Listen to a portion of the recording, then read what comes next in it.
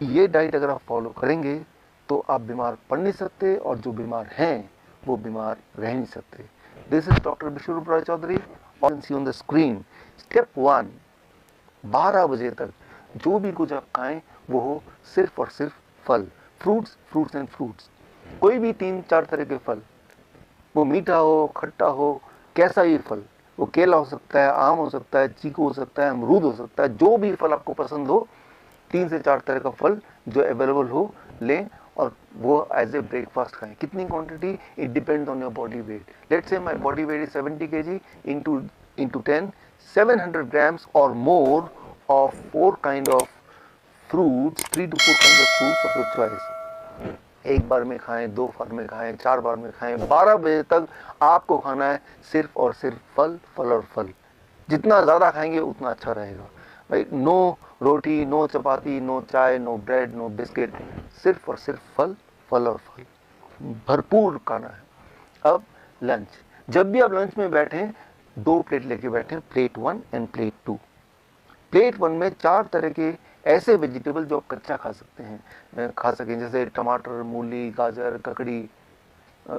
सो ये इस तरह के, या खीरा, इस तरह के सब्जियां आप लें, 4 जो कच्चा खा सकें, और जो कच्चा नहीं खा पा रहे हैं क्योंकि उनके दांत कमज़ोर हैं तो वो थोड़ा स्टीम कर सकते हैं। कच्चा ज़्यादा फायदेमंद है, लेकिन अगर नहीं खा पा रहे हैं किसी वजह से तो थोड़ा स्टीम कर सकते हैं। 3 से 4 तरह की ऐसी सब्जी जो कच्चा खा सकें या स्टीम करके खा सकें वो लें। और कितना खाना है, it depends on your body weight.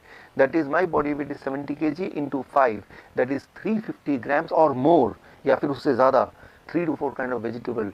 This becomes your plate 1। पहले आपको प्लेट 1 इतना खाना है, और इतना खाने के बाद अब प्लेट 2। प्लेट 2 में आपके घर का बना हुआ रोटी, सब्जी, दाल, चावल, vegetarian food with less oil and less salt. कितना खाना है, जितने में आपका पेट भर जाए। आपको लग रहा होगा कि इतना सारा प्लेट 1 यानी कि रॉ वेजिटेबल खाने के बाद क्या मैं प्लेट 2 खा पाऊंगा? पहले 2-3 दिन में शायद नहीं खा पाएंगे, लेकिन उसके बाद आप नोटिस करेंगे कि जितना ज़्यादा प्लेट 1 खाएंगे उतना आपका एपिटाइट बढ़ेगा, उतना आपका हंगर बढ़ेगा, उतना ज़्यादा आप प्लेट 2 भी खा पाएंगे। यानी कि आपकी जो बॉडी की मेटाबॉलिज्म है वो रेट बढ़ जाएगी, आपकी जो खाने की कैपेसिटी वो बढ़ जाएगी, और आपका जो एनर्जी लेवल है वो भी बढ़ जाएगा।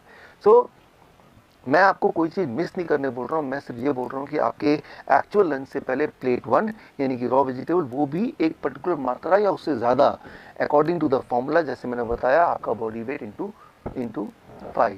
ये है आपका लंच। डिनर, डिनर का सिर्फ 2 रूल हैं। पहला रूल कि डिनर हमेशा 7 बजे से पहले फिनिश करने की कोशिश कीजिए, और दूसरा रूल, डिनर में भी आपको वही करना जो मैंने आपको लंच में बताया, वो है प्लेट 1 एंड प्लेट 2।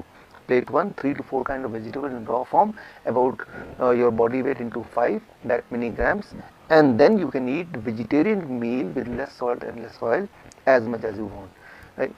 So ये तीनों step, breakfast, lunch and dinner, right? So ये तीनों मेन मील, जो स्टेप 1 है breakfast, step 2 lunch and dinner में आपको ये करना है। अब final step, that is step 3, क्या नहीं करना है।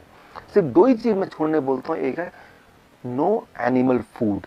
कोई भी ऐसा फूड जो एनिमल से आता हो उसको आपको नहीं लेना है, जैसे दूध, दही, मक्खन, या लस्सी, या अंडा, या चिकन, या फिश, इनको आपको नहीं लेना है, बिल्कुल ज़ीरो कर देना है। एंड नंबर 2, कोई भी ऐसा चीज़ जो पैक्ड फॉर्म में हो, या रिफाइंड फॉर्म में हो, या डब्बे में हो, जैसे बिस्किट या ब्रेड या रस्क या नमकीन, इन चीज़ों को आपको नहीं लेना है। ये सिर्फ 2 चीज़ छोड़नी है। और हाँ, एक चीज़ और जोड़ लीजिए, रोज़ अपने बॉडी को करीब 40 मिनट सनशाइन दिखाइए, 30 से 40 minute you expose your body to sunshine. That becomes your step 3। If you follow these 3 steps, अगर आप ये 3 स्टेप्स आप फॉलो करते हैं, so within the first 3 days your blood sugar will start coming to normal, यानी कि you will be force to stop the medication, you will be force to taper the insulin. अगर आपने insulin कम नहीं किया या ख़त्म नहीं किया, so you may land up in a hypoglycemic state, and that itself is very dangerous. Within the first 7 days your blood pressure will start reducing, आपका blood pressure कम होने लगेगा 7 दिन के अंदर, यानी कि आपको ब्लड प्रेशर की दवाइयाँ छोड़ना पड़ेगा, आपकी मजबूरी हो जाएगी छोड़ना। विदिन 1 month आपका एंजाइना यानी कि चेस्ट में जो पेन है वो ख़त्म होने लगेगा, ऑलमोस्ट ख़त्म हो जाएगा 1 महीने के अंदर। आप जब चढ़ेंगे 3 मंजिला भी तो आप हाफेंगे नहीं। पहले 3 बार रुकना पड़ता था, तो आपको 1 बार भी रुकना नहीं पड़ेगा। और हाँ, वो जो हार्ट साउंड था, एबनॉर्मल हार्ट साउंड, वो घिसटने वाली साउंड, वो भी अब नहीं आएगी, वो भी अगर आप स्टेथोस्कोप से सुनेंगे वो भी नहीं होगा, वो गायब हो जाएगा.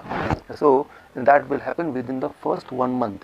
Your angina will go, your heart disease will go, that abnormal heart sound will also vanish, right? So that you can expect within 1 month. Within 2 months your thyroid will become normal.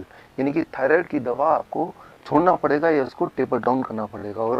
और अगर आपने ऐसा नहीं किया तो hypothyroid का hyperthyroid भी हो सकता है, जो कि अगेन एक बहुत बड़ी प्रॉब्लम है. And with in the first 3 months आपका बॉडी वेट नॉर्मल रेट में आ जाएगा, यानी कि normal BMI in a healthy weight category में आ जाएगा.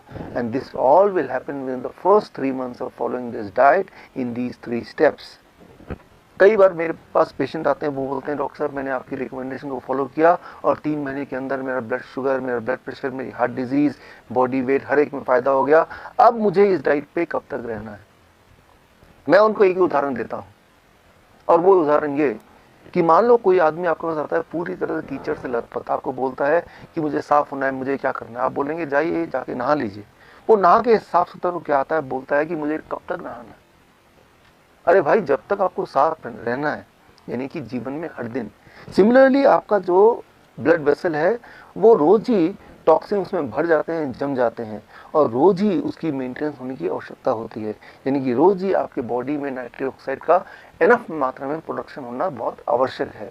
और वो तभी हो सकता है जब ये डाइट आप लगभग रोज फॉलो करें. हाँ, एक छूट मैं आपको दे सकता हूँ, दैट इज चीटिंग डाइट. हफ्ते में एक दिन आप कभी पार्टी में जाते हैं, कभी पिकनिक में जाते हैं, कभी कोई बर्थडे एक्सेट्रा में जाते हैं, तो एक दिन के लिए you can enjoy the flexibility, you can ignore these rules and you can eat whatever luxury food you want to eat. लेकिन वो सिर्फ हफ्ते में एक दिन, वो अभी नहीं, आज से 3 महीने तक ये डाइट फॉलो करने के बाद जब पूरी तरह से आप बीमारी से आज़ाद हो जाएंगे, दवाइयों से आज़ादी मिल जाएगी, तब हफ्ते में एक बार you can go for a cheating diet.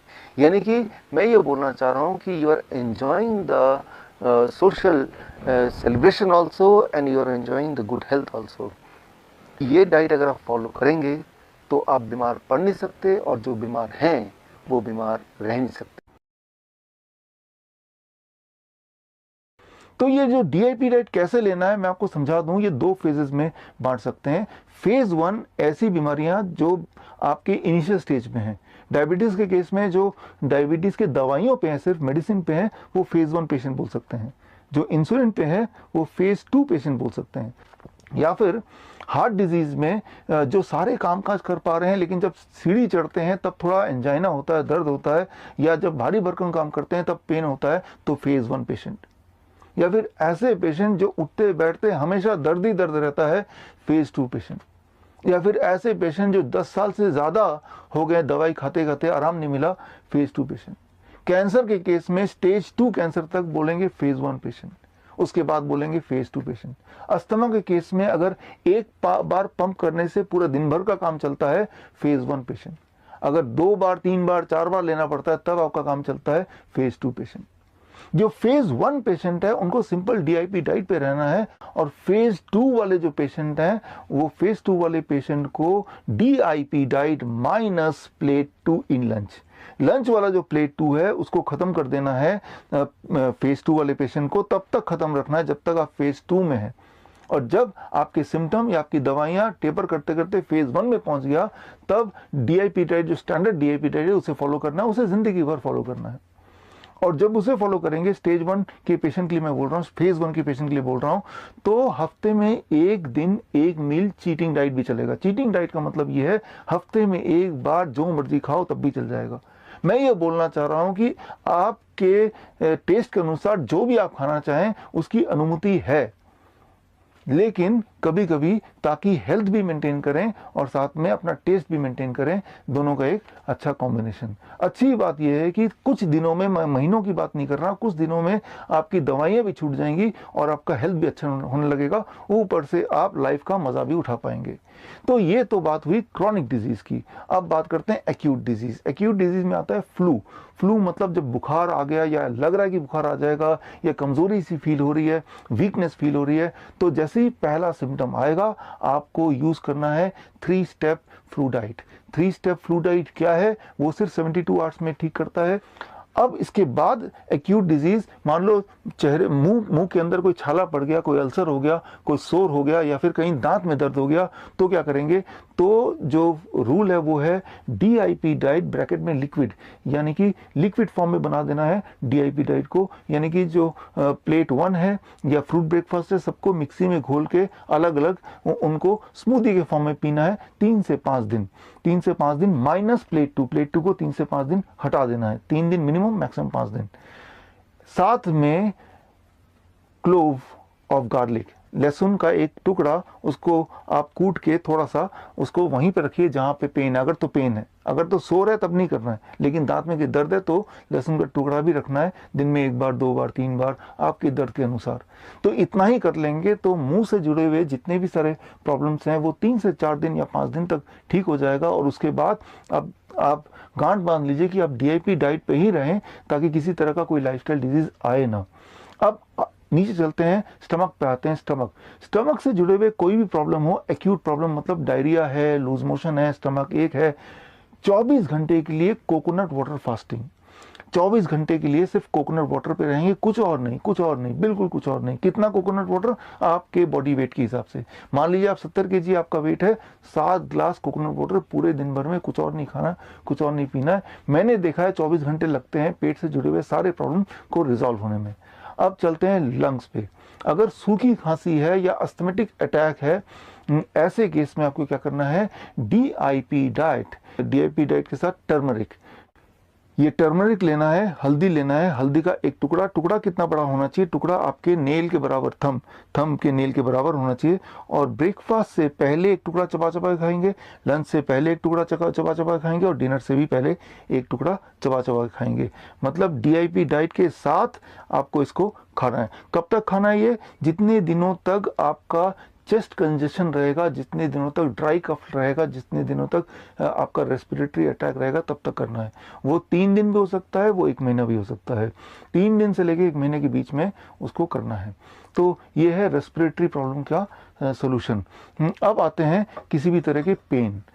अगर आपके घुटने में पेन है, रीढ़ की हड्डी में पेन है, या सिर में हेडेक है, तो उसके लिए aloe vera, number 1, aloe vera gel, not from the bottle, plant. Aloe vera का पौधा घर पे परमानेंट रख लीजिए। एलोवेरा का पौधा में से एलोवेरा स्क्वीज करके निकालिए, और जहां भी दर्द है 5 मिनट उसको मलिए। और सिर के अलावा बाकी कहीं भी अगर दर्द हो, मलने के बाद हॉट फर्मेंटेशन मतलब हॉट वाटर बैग लीजिए और उसको रखिए उस जगह पे जहाँ पे दर्द है, और उसको जब तक रखिए जब तक आप वो ठंडा नहीं हो जाता, थोड़ा भी अबाउट 30 सेकेंड, फिर उसको दोबारा गर्म कीजिए और दोबारा उसको रखिए। ऐसा 15 मिनट का एक प्रोसेस कीजिए, आपको आराम मिलेगा। अगर माइग्रेन है, हेडेक है, तो एलोवेरा लगाना है 5 मिनट, कोई मालिश कर दे तो अच्छा है। और उसके बाद आपको क्या करना है? एक बाल्टी में गर्म से गर्म पानी भरना है, उतना गर्म जितना आप सह पाएं, और अपने पैरों को उसके अंदर डाल देना है, घुटने तक पानी हो, और ऐसा 20 मिनट बैठना है। 20 मिनट के लिए जब बैठेंगे तो बीच में 5-7 मिनट बाद पानी ठंडा होने लगेगा, तो एक मग से पानी निकालेंगे और दूसरे मग से बहुत गर्म पानी उसमें ऐड करते जाएंगे, ताकि गर्म जो है वो लगभग बना रहे 20 मिनट तक। तो ऐसे में आप देखेंगे कि जो हेडेक है या माइग्रेन है वो धीरे धीरे रिजॉल्व हो रहा है। साथ ही में अगर कोई ब्लड प्रेशर का पेशेंट है जिसका ब्लड प्रेशर अचानक बढ़ गया, तो वो भी सेम प्रोसेस करेंगे, तो ब्लड प्रेशर आपका करीब 20 सिस्टोलिक इतना घट जाएगा विद इन 20 मिनट्स, और इतना घट जाएगा तो वो नॉर्मल ब्लड प्रेशर रेंज में आ जाएगा mostly, and that is a quick and safe relief. अब आपने सीख लिया कि मेजर एक्यूट इलनेस में क्या करना है और मेजर क्रॉनिक इलनेस में क्या करना है।